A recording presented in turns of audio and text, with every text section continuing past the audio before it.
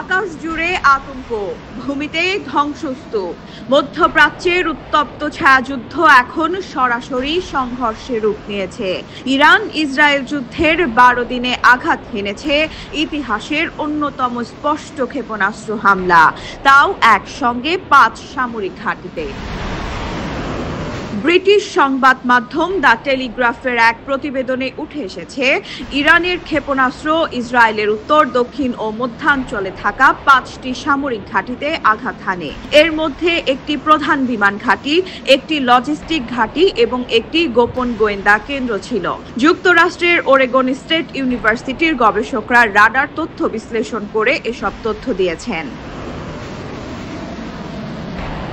ইসরায়েলের সেন্সরশিপ আইনের কারণে এই হামলার বিস্তারিত দেশটির গণমাধ্যমে প্রকাশ হয়নি, যদিও দেশটির সামরিক বাহিনী কোনো মন্তব্য করতে রাজি হয়নি। মুখপাত্র শুধু বলেছেন, সকল ইউনিট কার্যকর ধারাবাহিকতা বজায় রেখেছে।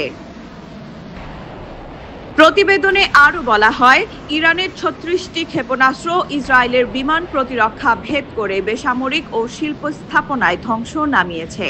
এতে প্রায় 15,000 মানুষ গৃহহীন হয়ে হোটেলে ঠাঁই নিয়েছে।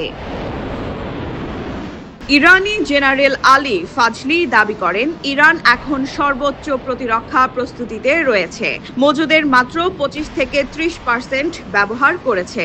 অন্যদিকে ইসরায়েলের মতে তারা 200টির বেশি ইরানি লঞ্চার ধ্বংস করেছে এবং ইরানের ভবিষ্যৎ ক্ষেপণাস্ত্র উৎপাদন সক্ষমতা থামাতে চায়। ইরানি মিডিয়ায় হামলার ভিডিও, বিপ্লবী গান ও আয়রন ডোমের ব্যর্থতা নিয়ে প্রচার চলছে। ইসরায়েলি জনগণের মধ্যে আতঙ্ক ও বিভ্রান্তি তৈরি হয়েছে। সাংবাদিক রাভিভ ড্রাকার বলেন, জনগণ এখনো জানে না তাদের ঘাঁটি কতটা ক্ষতিগ্রস্ত। এই যুদ্ধ কেবল মিসাইল আর ড্রোনের সংঘর্ষ নয়, এটি তথ্য, প্রযুক্তি ও মনস্তত্ত্বের লড়াই। ক্ষেপণাস্ত্রের মতোই ছুটছে তথ্য, সেন্সরশিপের পেছনে চাপা পড়ছে বাস্তবতা। সামনে কি আসছে তা নির্ধারণ করবে কার হাতে বেশি কৌশল, কম ক্ষতি আর সবচেয়ে বড় কথা, সত্য প্রকাশের সাহস। নিউজ ডেস্ক, ভোরের পাতা।